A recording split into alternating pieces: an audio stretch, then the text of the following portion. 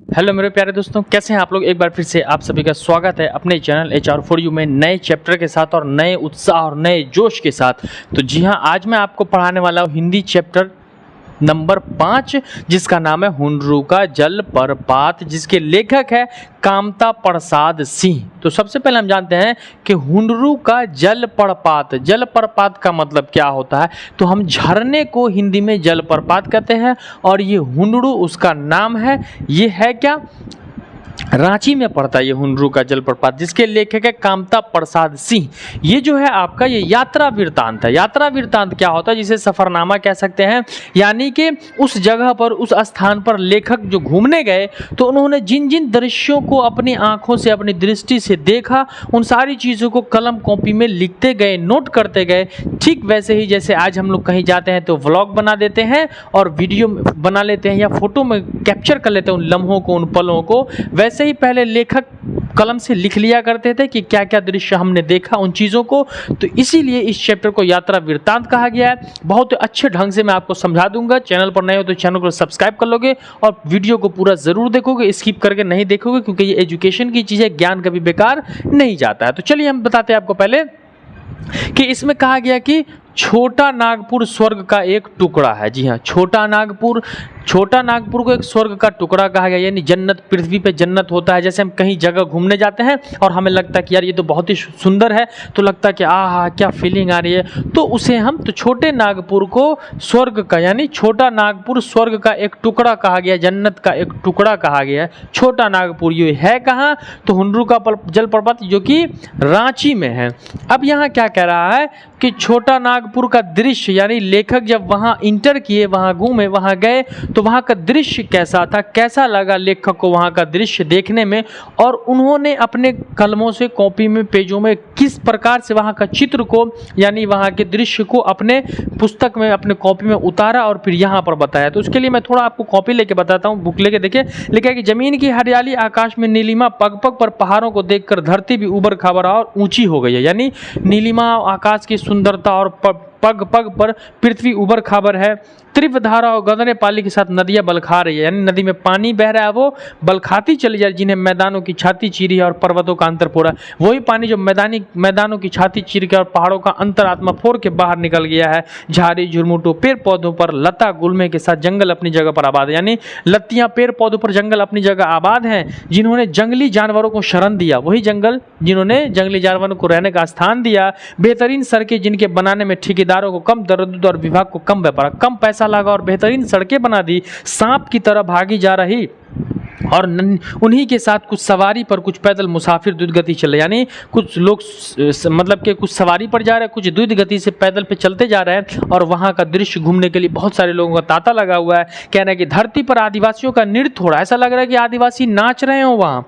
और आसमान में बादल आंख मिचौली खेल रहा हो, कभी धूप आना, कभी छाँव आ जाना। जन जन के कंठ से मादक गीतों की सृष्टि हो रही है। यानी वहाँ से सबके कंठों से एक मधुर स्वर निकल रहा है, जिनसे पहाड़ और मैदान गूंज रहे हैं, और पहाड़ मैदान उस स्वरों से गूंज रहा है। जंगली जानवरों की आवाज के साथ जंगल का कोना कोना बोल रहा है। विचित्र विचित्र पक्षियों की चहक के पेड़ों की शाखाएं शाखा गुलजार, यानी पेड़, पक्षी, सब पक्षियां बोल करके, पेड़ों पर पक्षियां रह करके और गा रही है। तो वहां का सुंदर जो है वातावरण जो सुंदर हो गया, सुंदर जलवायु, मनहर वातावरण। हवा धीरे धीरे डोल रही है, अपने साथ फूलों की सुर बिखेरती है, और हवा धीरे धीरे जब चलती है तो फूलों की सुगंध को बिखेरती चली जाती है। बादल धीरे धीरे बरसते हैं तो उनसे स्वस्थ शरीर और सुंदर स्वास्थ्य का वरदान मिलता है। और बादल जब बारिश की बूंदें देती हैं तो हमें सुंदर शरीर और स्वस्थ वरदान मिलता है, मतलब स्वस्थ शरीर और सुंदर वरदान मिलता है। नदियां कलकल छलछल स्वर में बहती हैं तो किनारे पर रहने वाले अमृत बांटती हैं। झरने सत्य झर झर आंखों को तरी नमी, कल्पना को सुंदर खुराक, चित्त को स्वच्छता पवित्र बन। यानी झरना जब बहता है तो हम देखते हैं तो हमारी दृष्टि को बहुत नई चीज़ बहुत प्रभावित करती है।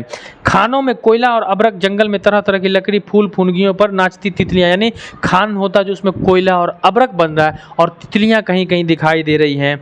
फल भार से झुके जा रहे हैं, यानी पेड़ में इतना फल है वो झुके जा रहे हैं। और शोभा अवर्णीय घाटियां सुषमा दर्शनीय नदियां, यहाँ पर देखने योग्य नदियां हैं। मैदान पर जादू जैसा असर करने वाली पर्वत, मस्त निवाती साथ छोटा नागपुर। यानी इन सारे दृश्यों के साथ बताया है कि छोटा नागपुर कैसा है। और कह रहा है कि एक और पृथ्वी अपना कोष मतलब उगल रही है, तो कोयला और अभ्रक बनकर लोगों को फायदा हो रहा है। अभ्रक की दुनिया श्रृंगार कर, और उसी अभ्रक से पृथ्वी का श्रृंगार किया जा रहा है। इस छोटा नागपुर का दृश्य झरने, इस हुंडरू का झरना निराला है। जब मैं रांची गया तो हुंडरू देखने जरूर जाता हूँ। इसमें क्या कहा कि जब मैं रांची गया तो हुंडरू, यानी लेखक कह रहे कामता प्रसाद सिंह कि जब भी मैं रांची जाता हूँ तो हुंडरू का दृश्य देखने ये जाता हूँ, कि यानी कह रहा है कि हुंडरू का छोटा नागपुर का दृश्य कैसा था, तो इस प्रकार से कि वहाँ नदियाँ बलखाती चली जा रही है, पेड़ पौधे पर पक्षियों का चहचहाना, और हर लोगों के कंठ से मधुर स्वर निकलता है। ऐसा लगता है कि आदिवासी लोग नृत्य कर रहे हैं। ये वहाँ का दृश्य था। अब यह कह रहा है कि हुंडरू का मार्गदर्शन रांची से 14 मील पुरलिया वाली, यानी कि हुंडरू का जो जल मार्गदर्शन है वो रांची से 14 मील, अब पुरलिया और पुरलिया से 13 मील की दूर पर हुंडरू है, यानी कुल मिलाकर के 27 मील की दूरी पर जो है वो हुंडरू की, तो हुंडरू की दूरी यहाँ से रांची से 27 मील की दूरी होती है। यहाँ पर यह बताया गया कि दूरी कितनी है, तो 14 मील पुरलिया वाला और पुरलिया से 13 मील दूर हुंडरू है, जहाँ से कुल मिलाकर के दोनों 27 हो जाता है। फिर कह रहा है कि हुंडरू का जल प्रपात, यानी जब लेखक वहाँ पहुँच जाते हैं, हुंडरू के उस स्थान पर जब पहुँच जाते हैं, अपने आप को वहाँ पर पहुँचा लेते हैं, तब लेखक ने जो देखा वहाँ का दृश्य उसको ऐसे बयान किया है। कहा है कि 243 फुट, यानी हुंडरू की ऊंचाई 243 फुट के ऊपर से पानी गिरती है, और जो पानी गिरती है तो 20 फुट ऊपर, यानी 243 फुट से नीचे पानी गिरती है, और पानी फिर गिरने के बाद 20 फुट ऊपर तक जाती है। झरने के बगल में 1 इंच मोटी धारा जो नीचे धीरे धीरे पत्थरों पर गिर रही, यानी और झरने के बगल में जो 1 इंच धारा जो होती है पानी की, वो और धारा नीचे धीरे धीरे पत्थरों पर गिर रही है, वहां से पत्थर को गिरती है और नीचे का पत्थर जो अपने आप पर टिका हुआ है। उसके आगे घाटी, झरना को एक और जंगल है ना, उसके आगे क्या कह रहा है यहाँ पर, उसके आगे घाटी है, यानी यहाँ पानी गिर रहा है हुंडरू के जलप्रपात से, उसके आगे फिर एक घाटी है। वहाँ पर आगे कह रहा है कि झरना के एक और जंगल रांची में और एक और का जंगल हजारीबाग में है। अब यहाँ तो पहले पानी का दृश्य बता दिया गया कि जब झरना 243 फुट की ऊंचाई से गिरता है, पत्थर पे गिरने के बाद 20 फुट की ऊंचाई पर फिर उछल जाता है वो पानी, और वो पानी जो नीचे धीरे धीरे पत्थरों पर गिरता है, और उसके आगे फिर एक और घाटी है वहां पर, ठीक है।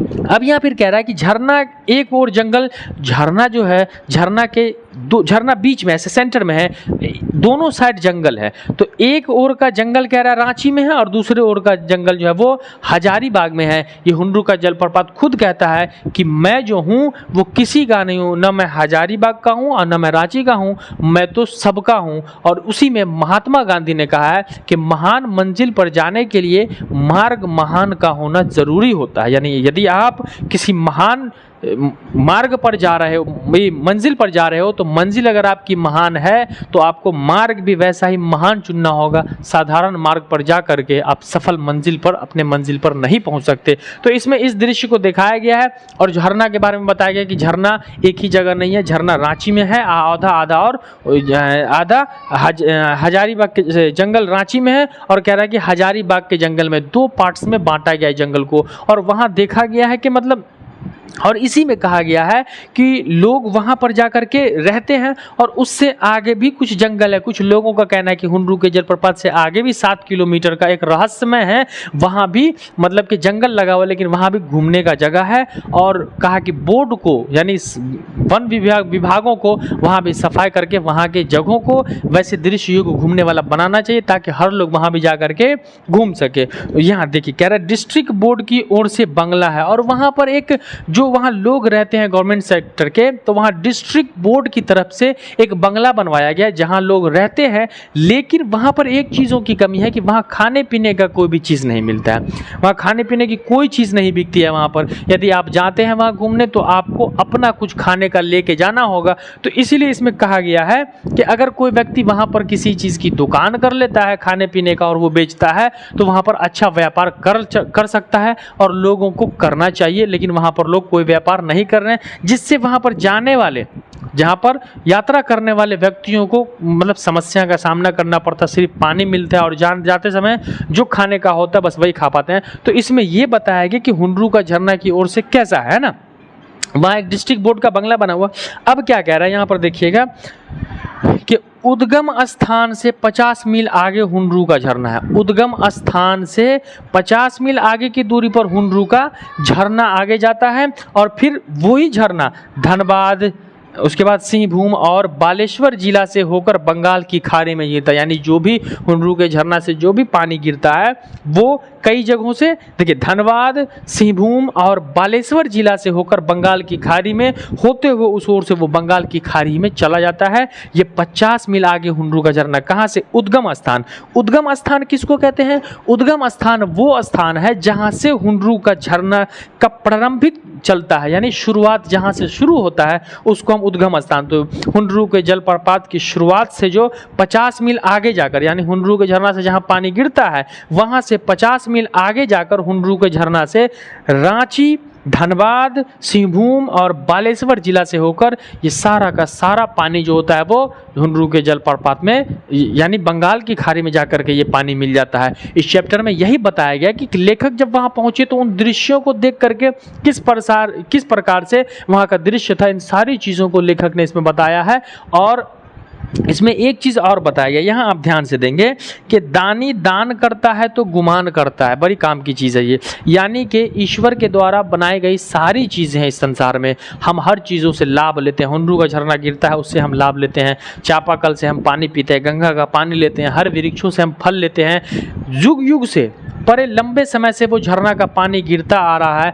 क्या झरने के पानी ने कभी हमसे, झरना हुंडरू ने कभी पैसा लिया? नहीं। क्या आम, कभी पेड़ कभी हमें आम देता है तो वो हमसे पैसा लेता है? नहीं। क्या सूरज हमें धूप देता है, कभी पैसा लेता है? नहीं। क्या चांद हमें रोशनी देती है, पैसा देता है? नहीं। तो जब ईश्वर के द्वारा बनाई गई हर चीज़ें युग युग से कई सौ सालों से हमें लाभ देता है, हमें पैसा, हमसे पैसा नहीं लेता है, लेकिन हम जो दानी, हम व्यक्ति जो दानी है, दान करते हैं, 1-2 रुपया किसी को दे देते, हम गुमान करते हैं कि हम तो अमीर हो गए, हमने ही उसकी सहायता की थी, हमने ही उसको सारा कुछ दिया था। तो ये मूर्खता की पहचान है। ऐसे व्यक्ति को मूर्ख ही कहा जाता है, क्योंकि मूर्ख व्यक्ति ही दान करने के बाद गुमान करता है। ईश्वर हमें इतने सालों से पाल रहा है, सृष्टि को चला रहा है, ईश्वर ने कभी किसी से कुछ नहीं लिया। तो हमें अपने जीवन में कभी कुछ दें किसी को तो दान करने के बाद हमें गुमान नहीं करना चाहिए, और न ही उन बातों को किसी के सामने कहना चाहिए कि हाँ हमने ऐसा किया है या हमने उसको दिया है। ये मूर्खता की पहचान है और आपके दान करने का कोई अर्थ ही नहीं रह जाता है ना। यदि आप दान करते हो, किसी को कुछ कहते हो, देते हो और देने के बाद कह देते हो लोगों को, तो आपको देना ना देना बेकार है। इससे अच्छा आप मत दीजिए। तो आप अपने जीवन में याद रखना कि कभी किसी को कुछ देना हो तो छिपा करके दें, और देने के बाद आप किसी के यहाँ पर न बोलें। तो इस सारे चैप्टर में हमें एक प्राकृतिक दृश्य दिखाया गया है कि मतलब हुंडरू के झरना का पानी इस तेजी में गिरता है कि मतलब यूँ मानो कि हाथी गूंज रहा हो, ट्रेन के 10-12 इंजन अचानक से जा रहे हो, और यूँ कह रहे कि लग रहा है कि हेलीकॉप्टर चल रहा हो, ऐसी तेज आवाज़ हो, और पानी की धारा ऐसी तेज होती है कि उस धारा के बीच में अगर हाथी भी इतना मोटा होता है, कई क्विंटल का होता है, वहाँ पर आ जाए तो हाथी भी बह जाए, ऐसा खतरनाक पानी होता है। इन दृश्यों को लेखक ने क्या किया, यात्रा वृत्तांत जब देखने गए तो उन चीज़ों को लिख करके इसमें दिखाया गया। तो ये आपका चैप्टर था हुंडरू का जलप्रपात। इसमें सारी बातों को मैंने बता दिया कि हुंडरू का जलप्रपात क्या होता है। जलप्रपात का तात्पर्य होता है झरने को हम जल का प्रपात कहते हैं। कामता प्रसाद सिंह इसके लेखक हैं। छोटा नागपुर स्वर्ग का एक टुकड़ा कैसा है, आकाश की नीलिमा, जहाँ देखे तो पग पग पर पृथ्वी उबर खाबर है, फूल अपना रस बिखेर रही है ना, मनोहर वातावरण है ना, और जो भी हवा चलती है तो हवा फूलों की सुर बिखेरती हुई चलती है ना। इन सब चीज़ों को इसमें दिखाया गया। फिर हुंडरू का मार्ग कैसा था, तो मार्ग के बारे में यहाँ बताया गया। फिर हुंडरू का जलप्रपात तो 243 फुट 20 फुट पानी गिरता है। फिर झरने के बगल में 1 इंच मोटी है जो कि धारा पत्थरों को गिरती हुई चलती है, और वो धारा, तो इन सब चीज़ों को बताया गया है। ये तो आपका पूरा हुंडरू का जलप्रपात चैप्टर जो होता है वो आपका कंप्लीट हो चुका है। और इसके अलावा अगर आपको किसी प्रकार का प्रॉब्लम, कोई प्रश्न है आपके मन में, तो कमेंट सेक्शन में पूछ सकते हैं। और यदि वीडियो आपको पसंद आया हो तो ज़्यादा से ज़्यादा लाइक करें और शेयर करें, और नए हैं तो चैनल को आप सब्सक्राइब कर लेंगे ताकि हमारी हर दिन की क्लास की वीडियो आपको मिलती रहेगी समय अनुसार, और आप अपने दोस्तों को शेयर करते रहें। तो मिलते हैं हम अगले क्लास में इसी उत्साह के साथ, इसी प्रेम के साथ। तब तक के लिए जय हिंद, वंदे मातरम।